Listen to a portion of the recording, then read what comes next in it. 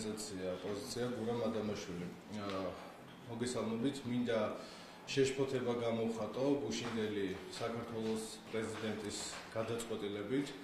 მან 96 პატიმარი შეიწყალა, აქედან უმეტესობა იყო ნაციონალური მოძრაობის წევრი. მე მინდა მათი სახელი და გვარები დავასახელო, თუ ვინ შეიწყალა ისეთი, რაც საზოგადოების მაღალ ინტერესს წარმოადგენს. მოგეხსენებათ, ეს არის ლევან ბობოხიძე, ანუ აკაკი ბობოხიძის ძმა, რომელიც გახლდათ ხონის გამგებლის თანამშრომელი, ასევე ზურაბ ჯიბუხაია, ეს გახლდათ ხონის გამგებელი და ბესარიონ ჭელიძე, ხონის გამგებლის მოადგილე. აღნიშნულ პირებს 2010 წელს ბრალი ედებოდათ ხონის მუნიციპალიტეტში არსებული ხე-ტყის მასალის უკანონოდ გასხვისება. ეს გახლდათ სახელმწიფო ქონება, რომელიც სოციალურად დაუცველი მოსახლეობისთვის უნდა გადაცემულიყო.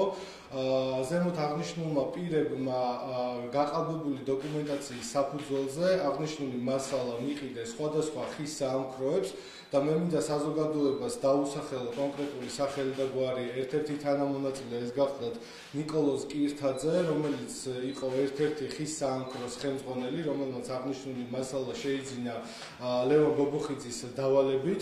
ასევე ამ პიროვნებებს ბრალი ედებათ კიდევ სხვადასხვა დანაშაულებში, კერძოდ ნაციონალური მოძრაობის დროს თვითონ ლევან ბობოხიძის დავალებით სახელმწიფო უწყებაში ვინც მუშაობდა საჯარო მოხელეები, მათ ეჭრებოდათ ხელფასიდან გარკვეული თანხა იმისთვის, რომ ერთიანი ნაციონალური მოძრაობის თანხაში შესულიყო და ბიუჯეტში შესულიყო, ხოლო თვითონ ლევან ბობოხიძე ამ თანხას განკარგავდა თავისი შეხედულებისამებრ.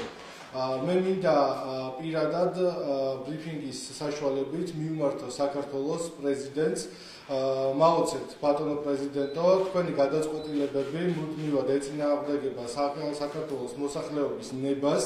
თქვენი ლოიალურობა სააკაშვილისადმი უკვე ყოველგვარ ზღვარცილდება და მაშინ როცა ჯერ კიდევ ერთიანი ნაციონალური მოძრაობის რეჟიმის დროს არსებული პატიმრები, რომლებიც უკანონოდ იყვნენ დაპატიმრებული, ჯერ კიდევ იხდიან სასჯელს, თქვენ თანაგრძნობას უცხადებთ ერთიანი ნაციონალური მოძრაობის წარმომადგენლებს.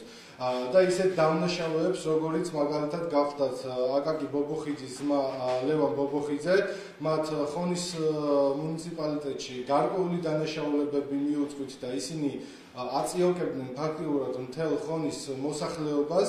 ამიტომ იქნება მეტად დაფიქრებულიყავით, როდესაც მსგავს გადაწყვეტილებებს იღებთ და იქნება გამოსულიყავით აულობრის რეზიდენციიდან და გასულიყავით საზოგადოებაში და უფრო მეტი მოგესმინათ მათთვის, რადგან ეს ისეთი გადაწყვეტილებებია, რომლებიც ხალხის ნებას ეწინააღმდეგება.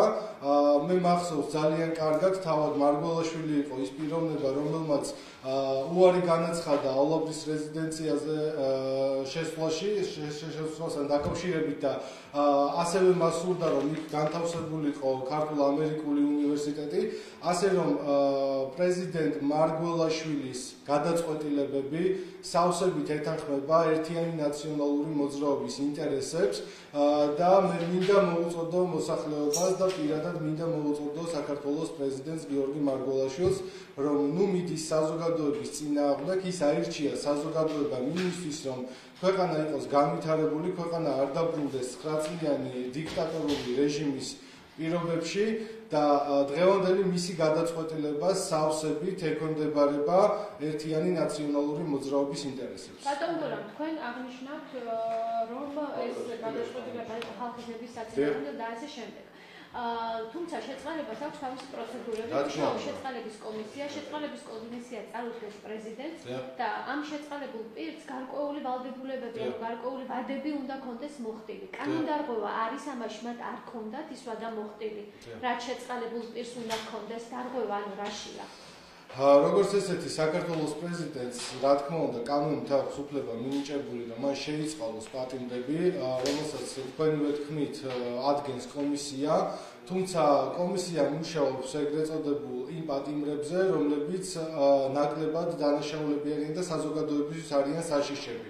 ამ შემთხვევაში რახან გუშინდელი შეწყალება ემსახურება გარკვეულ პოლიტიკურ ნებას, ამიტომ გამოხატა არასამთავრობო ორგანიზაცია პოზიციამ შეშფოთება, რომ ქვეყანა, რომელიც მუშაობს სამართლიანობის აღდგენისთვის, პრეზიდენტი გიორგი მარგველაშვილი ამ პროცესს უწყობს, უშლის ხელს იქიდან გამომდინარე, რომ ის პერიოდი, რა პერიოდშიც ბობოქრობდა თვითონ ერთიანი ნაციონალური მოძრაობა და რომელიც წევრებიც იყვნენ ამ რეჟიმის თანამონაწილეები, ზუსტად პრეზიდენტ მარგველაშვილმა გუშინდელი თავისი ქმედებით დაადასტურა ის, რომ ის ატარებს ერთიანი ნაციონალური მოძრაობის ინტერესებს. კი, მაგრამ თუ კი მათ ეკუთვნოდათ კანონიერად მაგას განთავისუფლება, რატო არ უნდა განთავისუფლებულიყო?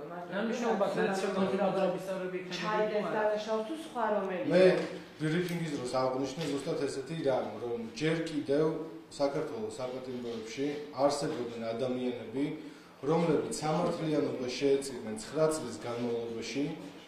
მე მინდა მოუწოდო კიდევ ერთხელ მარგველაშვილს, რომ გადახედოს ამ ადამიანებს და ის რომ აკაკი ბობოხიძის ძმას ლევონ ბობოხიძეს გარდა იმისა, რომ აქვს გარკვეული დანაშაულებები, რისთვისაც მან სასჯელი მოიხადა ზუსტად 6 თვის განმავლობაში და ჰქონდა 3 წლის და 6 თვის თავისუფლების აღკვეთა, პრეზიდენტმა მარგველაშვილმა ესვა და არ დააცადა და 6 თვის თავზე გაანთავისუფლა საპატიმრო დაწესებულებიდან. ამიტომ მე მიმაჩნია როგორც არასამთავრობო ორგანიზაცია პოზიციის ხელმძღვანელს, რომ ლევონ ბობოხიძე არის ერთი ჩვეულებრივი დამნაშავე იმ 9 წლიანი მმართველობისა რა პერიოდში თვითონ ნაციონალური მოძრაობა ბობოქრობდა და პრეზიდენტმა მარგველაშვილმა ხელი შეუწყო იმ უკანონობის განთავისუფლებას, რაც გამოიხატა ლევონ ბობოხიძის განთავისუფლებით. და არა მარტო ლევონ ბობოხიძე, მე ასევე ჩამოვთვალე, რომ იმ სქემაში რა დანაშაულებებიც ხდებოდა. მონაწილეობდნენ ხონის გამგებლის მოადგილე და ამ 96 კაცში, რომელიც მარგველაშვილმა შეიწყალა გუშინ, ზუსტად იყვნენ ერთიანი ნაციონალური მოძრაობის ის წარმომადგენლები, რომლებსაც ბრალეულობა მიუძღვით ხალხის დაციოკებაში, ხალხის შანტაჟში, ბიზნესის წართმევაში და ასე შემდეგ.